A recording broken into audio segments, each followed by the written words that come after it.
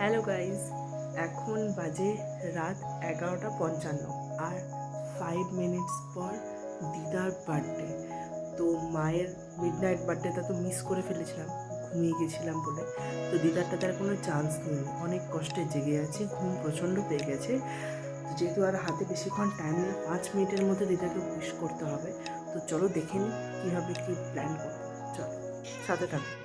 তো প্রথমে নিয়ে নিয়েছি একটা প্লেট, আর নিচে মঞ্চিনিস থেকে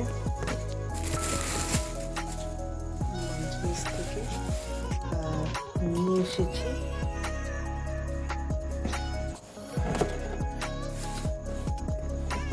যে দিদাকে উইশ করবো বলে। দেখো পেস্ট্রি, একটা হচ্ছে ম্যাঙ্গো পেস্ট্রি, একটা হচ্ছে blueberry pastry.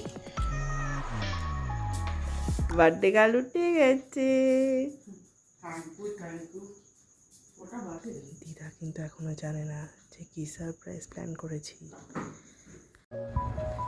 Happy birthday to you, happy birthday to you, happy birthday dear দিদা, happy birthday to you.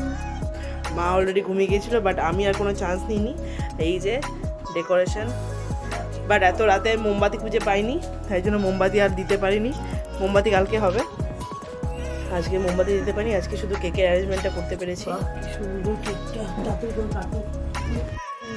Birthday girl কিন্তু মনে হচ্ছিল না ঘুমিয়ে গেছিল বলে। বার্থডে গার্ল জেগেছিল। বাবা, বার্থডে গার্ল আবার ছবি তোলার জন্য চশমা পরে নিয়েছে। বার্থডে গার্ল কি কেক কাটবে তো? ওরে বাবা রে, দাঁড়াও বার্থডে গার্লের টুপিটা নিয়ে আসিস। না, কালকে সকালে হবে না, মাইন্ডটা মিস করে ফেলেছি। দেখো বার্থডে গার্ল কিন্তু বার্থডে গার্লকে কিন্তু আমি টুপি পরে দিয়েছি। কেক কাটো এবার। Happy birthday to you, happy birthday to you, happy birthday dear দিদা।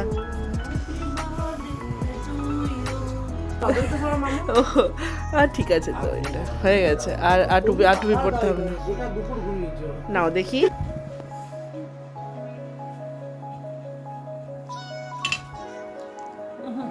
অনেক বড়।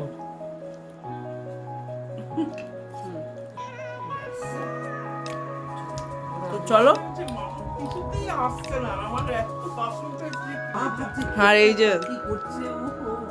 যে আরেকজন কিন্তু ছাঁটি দিচ্ছে আস্তে আস্তে। বাট মিডনাইট বার্থডে সেলিব্রেশন হয়ে গেল।